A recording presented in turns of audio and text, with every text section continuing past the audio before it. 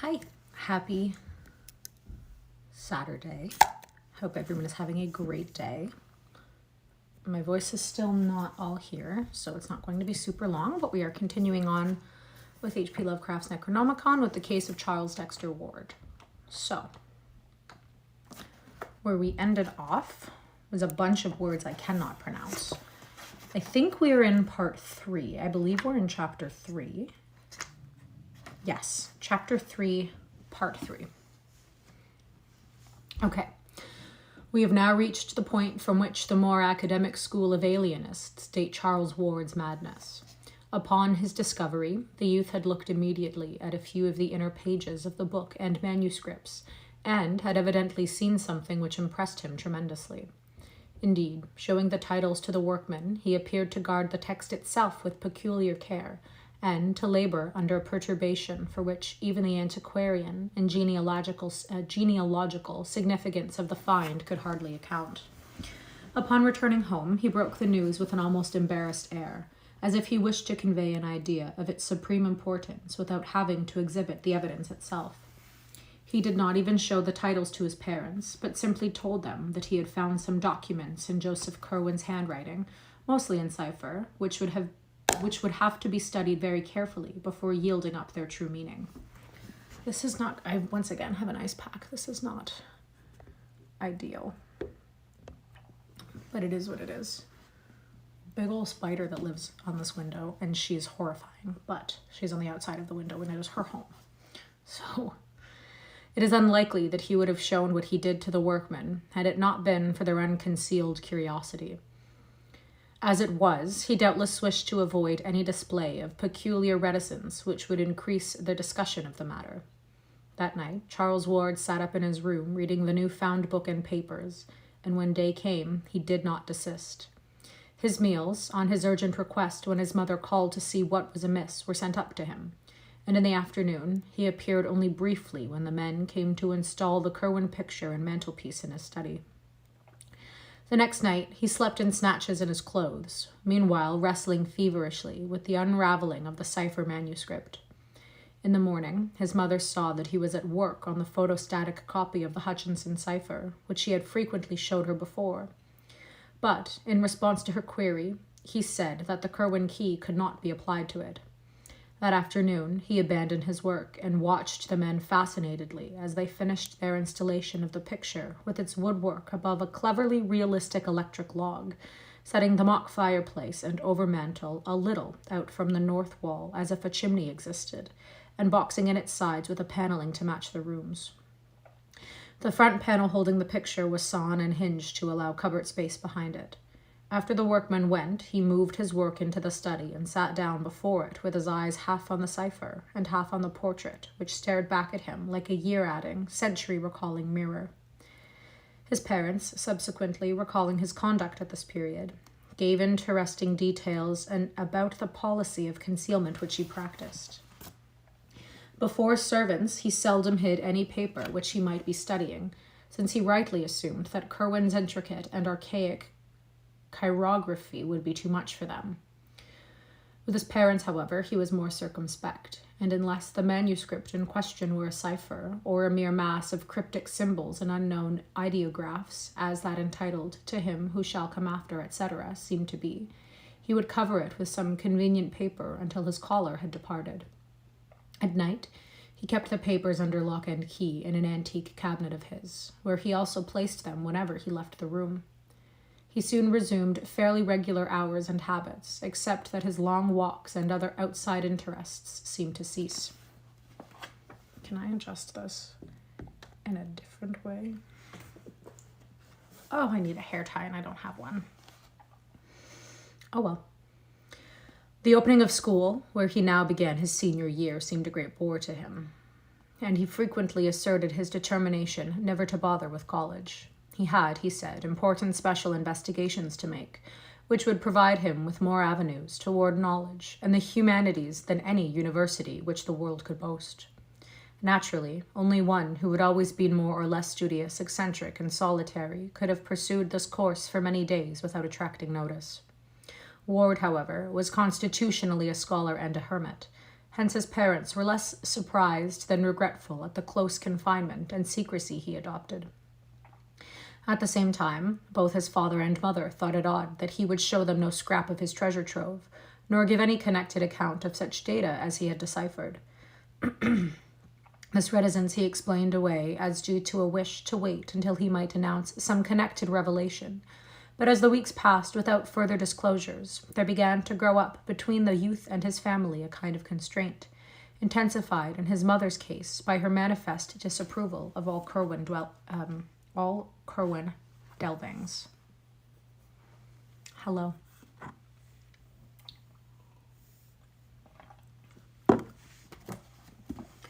During October, Ward began visiting the libraries again, but no longer for the antiquarian matter of his former days.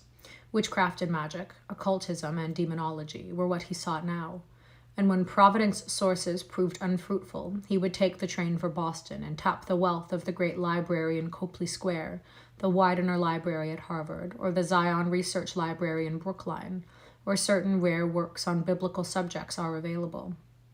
He bought extensively and fitted up a whole additional set of shelves in his study for newly acquired works on uncanny subjects, while during the Christmas holidays he made a round of out-of-town trips, including one to Salem to consult certain records at the Essex Institute.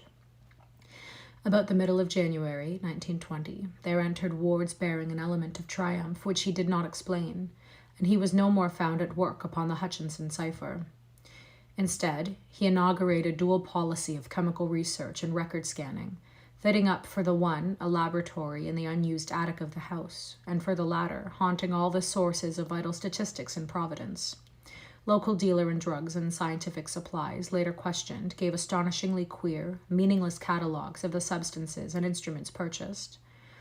But clerks at the State House, the City Hall, and the various libraries agree as to the definite object of his second interest. He was searching intensely and feverishly for the grave of Joseph Kerwin, from whose slate slab an older generation had so wisely blotted the name. He's feeling okay. Yes, we just have to take precautions. So we are still in separate rooms. But thank you for checking in. That's very kind. Little by little, there grew upon the Ward family the conviction that something was wrong. Charles had had freaks and changes of minor interests before, but this growing secrecy and absorption in strange pursuits was unlike even him. His schoolwork was the merest pretense, and although he failed in no test, it could be seen that the old application had all vanished.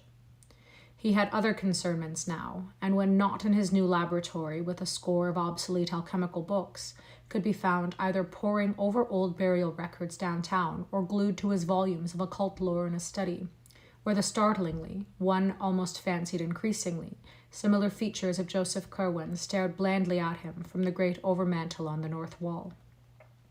Late in March, Ward added to his archive searching a ghoulish series of rambles about the various ancient cemeteries of the city. The cause appeared later, when it was learned from City Hall clerks that he had probably found an important clue. His quest had suddenly shifted from the grave of Joseph Kerwin to that of one Naphtali Field, and his shift was explained when, upon going over the files that he had been over, the investigators actually found a fragmentary record of Kerwin's burial, which had escaped the general obliteration, and which stated that the curious leaden coffin had been interred 10 feet south and 5 feet west of Naphtali Field's grave in Ye blank. The lack of a specified burying ground and the surviving entry greatly complicated the search, and Naphtali Field's grave seemed as elusive as that of Kerwin's. But here no systematic effacement had existed, and one might reasonably be expected to stumble on the stone itself, even if its record had perished. Hence the rambles, from which St. John's, the former King's, churchyard, and the ancient congregational burying ground in the midst of Swan Point Cemetery were excluded, since other statistics had shown that the only Naphtali Field, obit 1729, whose grave could have been meant, had been a Baptist. I will. Thank you. Part 4. It was toward May when Dr. Willet, at the request of the senior Ward, and fortified with all the Kerwin data which the family had gleaned from Charles in his non-secretive days, talked with the young man. The interview was of little value or conclusiveness, for Willet felt at every moment that Charles was thoroughly master of himself and in touch with matters of real importance. But it at least forced the secretive youth to offer some rational explanation of his recent demeanor. Of a pallid, impassive type not easily showing embarrassment, Ward seemed quite ready to discuss his pursuits, though not to reveal their object. He stated that the papers of his ancestor had contained some remarkable secrets of early scientific knowledge, for the most part in cipher, of an apparent scope comparable only to the discoveries of Friar Bacon, and perhaps surpassing even those.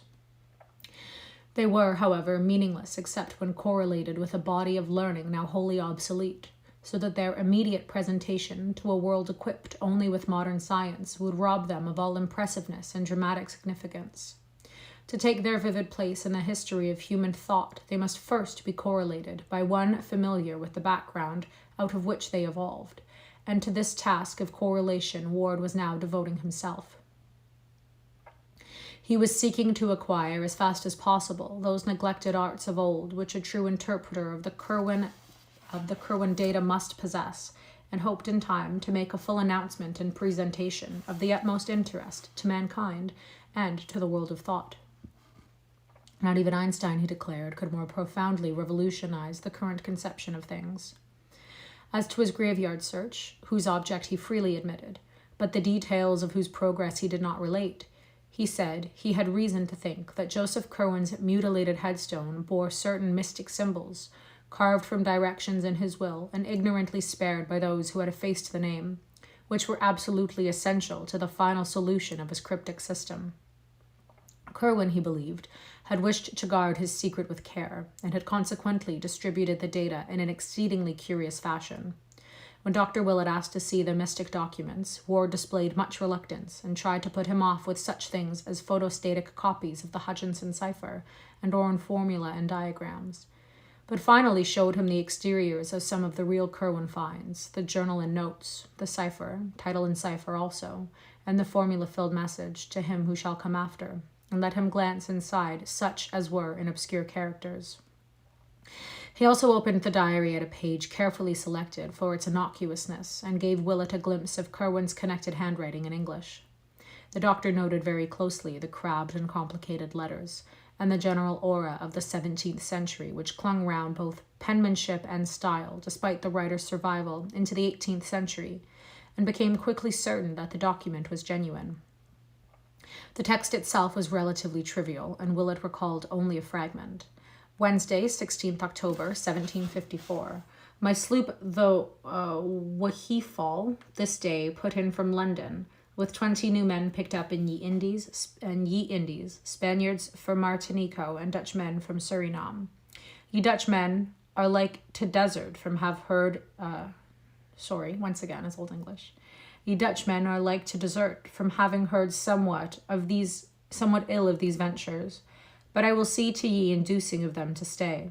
For Mr. Knight Dexter at ye Bay End Book, 120 pieces camblets, 100 pieces assorted Campbellteens, 20 pieces blue duffels, 100 pieces shalloons, 50 pieces Kelamancocos, 300 pieces each shensoy and hum-hums for Mr. Green at ye Elephant, 50 gallon cities, 20 warming panes, 15 bake sidles, 10 pair smoke tongues for Mr. Perigo, 1 set alls for Mr. Nightingale, 50 reams prime foot scalp, said ye Saboth thrice last night, but none appeared.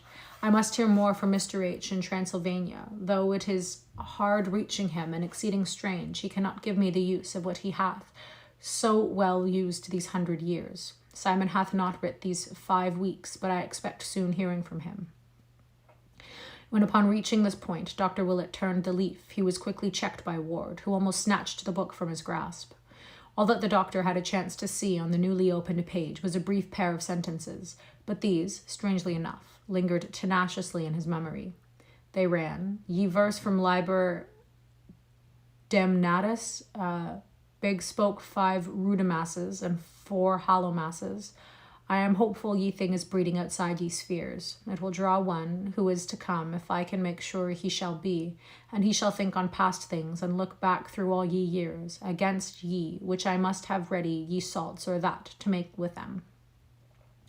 Willet saw no more, but somehow the small glimpse gave a new and vague terror to the painted features of Joseph Curwen, which stared blandly down from the overmantel. Ever after that, he entertained the odd fancy, which his medical skill of course assured him was only a fancy, that the eyes of the portrait had a sort of wish, if not an actual tendency, to follow young Charles Ward as he moved about the room. He stopped before leaving to study the picture closely, marveling at its resemblance to Charles and memorizing every minute detail of the cryptical, colorless face, even down to a slight scar or pit in the smooth brow over the right eye. Cosmo Alexander, he decided, was a painter worthy of the Scotland that produced Raeburn, and a teacher worthy of his illustrious pupil, Gilbert Stuart. Assured by the doctor that Charles's mental health was in no danger, but that on the other hand he was engaged in researches which might prove of real importance, the wards were more lenient than they might otherwise have been when, during the following June, the youth made positive his refusal to attend college. He had, he declared, studies of much more vital importance to pursue, and intimated a wish to go abroad the following year in order to avail himself of certain sources of data not existing in America. The senior ward, while denying this latter wish as absurd for a boy of only 18, acquiesced regarding the university, so that after a none too brilliant graduation from the Moses Brown School, there ensued for Charles a 3-year period of intensive occult study and graveyard searching. He became recognized as an eccentric and dropped even more completely from the sight of his family's friends than he had been before, keeping close to his work and only occasionally making trips to other cities to consult obscure records. Once he went south to talk with a strange old mulatto who dwelt in a swamp and about whom a newspaper had printed a curious article. Again, he sought a small village in the Adirondacks whence reports of certain old ceremonial practices had come. But still his parents forbade him the trip to the old world which he desired. The bots are invading even before me. I know, that was quick today. Coming of age in April 1923, and having previously inherited a small competence from his maternal grandfather, Ward determined at last to take the European trip hitherto denied him. Of his proposed itinerary, he would say nothing, save that the needs of his studies would carry him to many places, but he promised to write his parents fully and faithfully. When they saw he could not be dissuaded, they ceased all opposition and helped as best as they could, so that in June the young man sailed for Liverpool with the farewell blessings of his father and mother, who accompanied him to Boston and waved him out of sight from the White Stair Pier in Charlestown. Letters soon told of his safe arrival, and of his securing good quarters in Great Russell Street, London, where he proposed to stay, shunning all family friends, till he had exhausted the resources of the British Museum in a certain direction. Of his daily life he wrote but little, for there was little to write. Study and experiment concerned all his time, and he mentioned a laboratory which he had established in one of his rooms. That he said nothing of the antiquarian rambles in the glamorous old city, with its lurking skyline of ancient domes and steeples, and its tangles of roads and alleys whose mystic convulsions and sudden vistas alternately beckon and surprise, was taken by his parents as a good index of the degree to which his new interests had engrossed his mind. In June 1924, a brief note told of his departure for Paris, to which he had before made 1 or 2 flying trips for material in the Bibliothèque Nationale. For 3 months thereafter, he sent only postcards, giving an address in the Rue Saint-Jacques and referring to a special search among rare manuscripts in the library of an unnamed private collector. He avoided acquaintances, and no tourist brought back reports of having seen him. Then came a silence, and in October the Wards received a picture card from Prague, stating that Charles was in that ancient town for the purpose of conferring with a certain very aged man, supposed to be the last living possessor of some very curious medieval information. He gave an address in the Neustadt and announced no move till the following January, when he dropped several cards from Vienna, telling of his passage through that city on the way toward a more easterly region, whither one of his correspondents and fellow delvers into the occult had invited him. The next card was from Klausenburg in Transylvania and told of Ward's progress towards his destination. My goodness. He was going to visit a Baron Ferenczi, whose estate lay in the mountains of Rachis, and was to be addressed at Rachis in the care of that nobleman. Like Dracula. Another card from Rachis a week later, saying that his host's carriage had met him, and that he was leaving the village for the mountains, was his last message for a considerable time. Indeed, he did not reply to his parents' frequent letters until May, when he wrote to discourage the plan of his mother for a meeting in London, Paris, or Rome during the summer, when the elder Wards were planning to travel in Europe. His researches, he said, were such that he could not leave his present quarters, while the situation of Baron Ferenczi's castle did not favor visits. This guy's Dracula. It was on a crag in the dark wooded mountains, and the region was so shunned by the country folk that normal people could not help feeling ill at ease. Moreover, the Baron was not a person likely to appeal to correct and conservative New England gentlefolk. His aspect and manners had idiosyncrasies, and his age was so great as to be disquieting. It would be better, Charles said, if his parents would wait for his return to Providence, which could scarcely be far distant.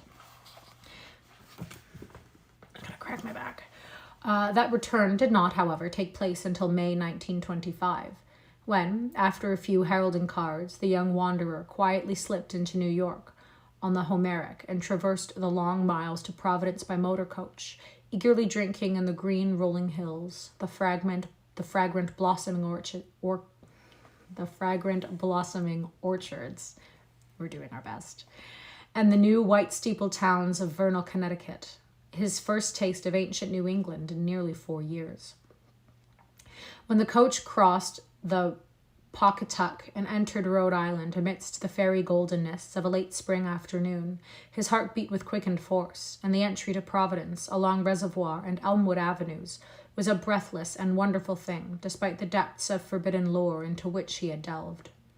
At the high square where Broadway, Bosset, and Empire Streets join, he saw before and below him, in the fire of sunset, the pleasant, remembered houses and domes and steeples of the old town, and his head swam curiously as the vehicle rolled down to the terminal behind the Biltmore, bringing into view the great dome and soft, roof-pierced greenery of the ancient hill across the river, and the tall, colonial spire of the First Baptist Church limned in pink in the magic evening light against the fresh springtime verdure of its precipitous background. Old Providence, it was this place and the mysterious forces of its long, continuous history which had brought him into being, and which had drawn him back toward marvels and secrets whose boundaries no prophet might fix. Here lay the arcana, wondrous or dreadful as the case might be, for which all his years of travel and application had been preparing him. A taxicab whirled him through Post Office Square with its glimpse of the river, the old market house, and the head of the bay, and up the steep curved slope of Waterman Street to Prospect, where the vast gleaming dome and sunset-flushed Ionic columns of the Christian Science Church beckoned northward. Then 8 squares past the fine old estates his childish eyes had known, and the quaint brick sidewalks so often trodden by his youthful feet. And at last, the little white overtaken farmhouse on the right, on the left the classic Adam porch and stately bayed facade of the great brick house where he was born. It was twilight, and Charles Dexter Ward had come home. Part 5. A school of alienists, slightly less academic than Dr. Lyman's assigned to Ward's European trip the beginning of his true madness. Admitting that he was sane when he started, they believed that his conduct upon returning implies a disastrous change. But even to this claim, Dr. Willet refuses to accede. There was, he insists, something later, and the queerness of his youth at this stage he attributes to the practice of rituals learned abroad, odd enough things to be sure, but by no means implying mental aberration on the part of their celebrant. Ward himself, though visibly aged and hardened, was still normal in his general reactions, and in several talks with Willet displayed a balance which no madman, even an insipid one, could feign continuously for long. What elicited the notion of insanity at this period were the sounds heard at all hours from Ward's attic laboratory, in which he kept himself most of the time. There were chantings and repetitions and thunderous declamations and uncanny rhythms. And although these sounds were always in Ward's own voice, there was something in the quality of that voice, and in the accents of the formulae it pronounced, which could not but chill the blood of every hearer. It was noticed that Nig, the venerable and beloved black cat of the household, brisked and arched his back perceptibly when certain of the tones were heard. The odors occasionally wafted from the laboratory were likewise exceedingly strange. Sometimes they were very noxious, but more often they were aromatic, with a haunting, elusive quality, which seemed to have the power of inducing fantastic images.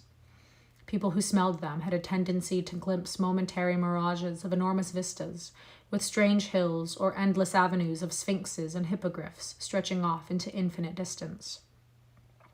Ward did not resume his old-time rambles, but applied himself diligently to the strange books he had brought home, and to equally strange delvings within his quarters, explaining that European sources had greatly enlarged the possibilities of his work, and promised great revelations in the years to come. His older aspect increased to a startling degree his resemblance to the Curwen portrait in his library, and Dr. Willet would often pause by the latter after a call, marveling at the virtual identity and reflecting that only the small pit above the picture's right eye now remained to differentiate the long-dead wizard from the living youth. These calls of Willet's, undertaken at the request of the senior wards, were curious affairs.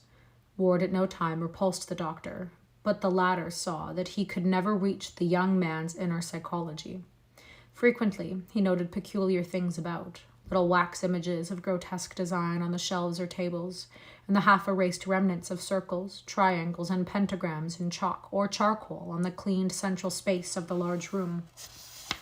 And always in the night those rhythms and incantations thundered, till it became very difficult to keep servants or suppress furtive talk of Charles's madness.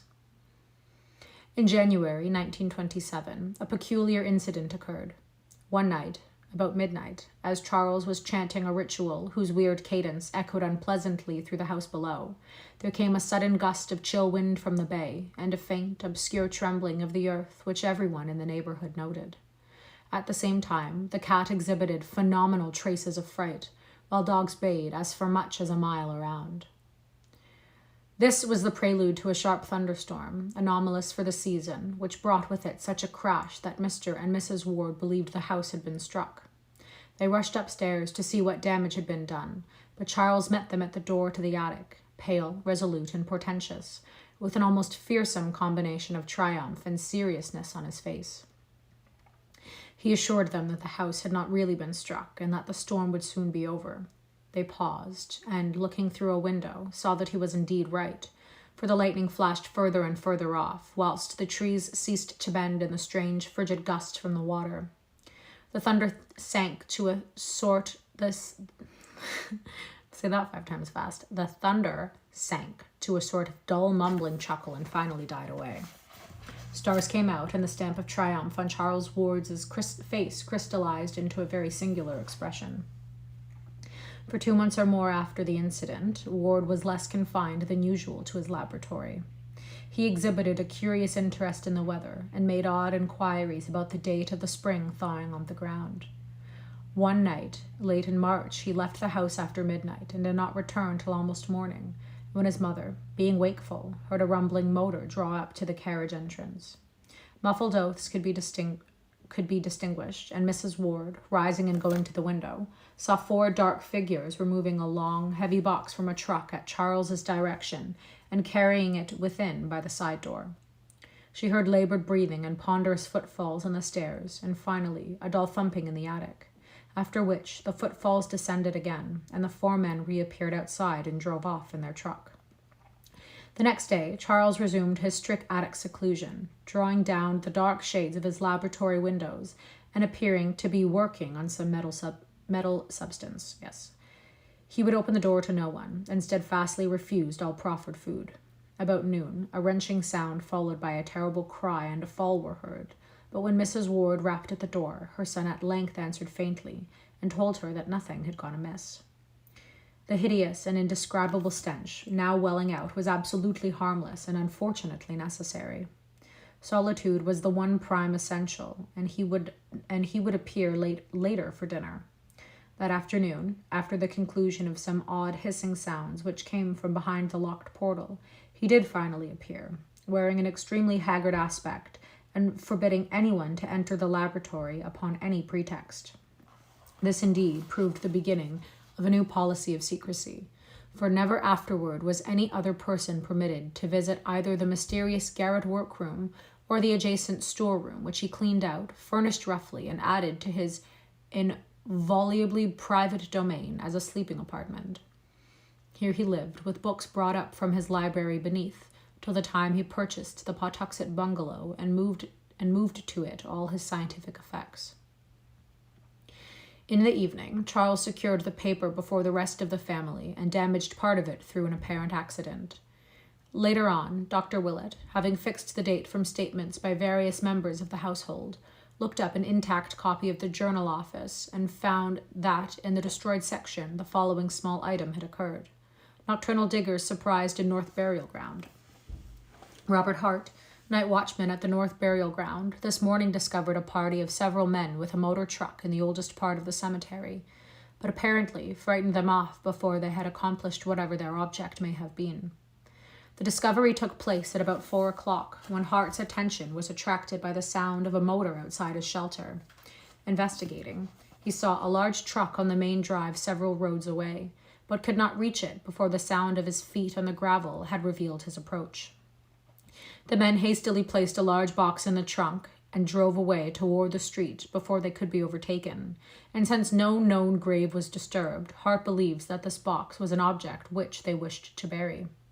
The diggers must have been at work for a long while before detection, for Hart found an enormous hole dug at a considerable distance back from the roadway in the lot of a mosaic field, where most of the old stones have long ago disappeared. My goodness. The hole, a place as large and as deep as a grave, was empty, and did not coincide with any interment mentioned in the cemetery records. Sergeant Riley of the 2nd Station viewed the spot and gave the opinion that the hole was dug by bootleggers rather gruesomely and ingeniously, seeking a safe cache for liquor, in a place not likely to be disturbed. In reply to questions, Hart said he thought the escaping truck had headed up Rochambeau Avenue, though he could not be sure. During the next few days, Charles Ward was seldom seen by his family. Having added sleeping quarters to his attic room, he kept closely to himself there, ordering food brought to the door and not taking it in until after the servant had gone away. The droning of monotonous formulae and the chanting of bizarre rhythms recurred at intervals, while at other times occasional listeners could detect the sound of tinkling glass, hissing chemicals, running water, or roaring gas flames. Odors of the most unplaceable quality, wholly unlike any before noted, hung at times around the door, and the air of tension observable in the young recluse whenever he did venture briefly forth was such as to excite the keenest speculation. Once he made a hasty trip to the Athenaeum for a book he required, and again he hired a messenger to fetch him a highly obscure volume from Boston. Suspense was written portentously over the whole situation, and both the family and Dr. Willet confessed themselves wholly at a loss of what to do or what to think about it. I think that's where we're going to stop today, mostly just because there's a passage all in, Latin, maybe, down there, and I might need to prep for that a little bit more. So that's where we will end today, and thank you so much for reading with me. I hope you have a great day.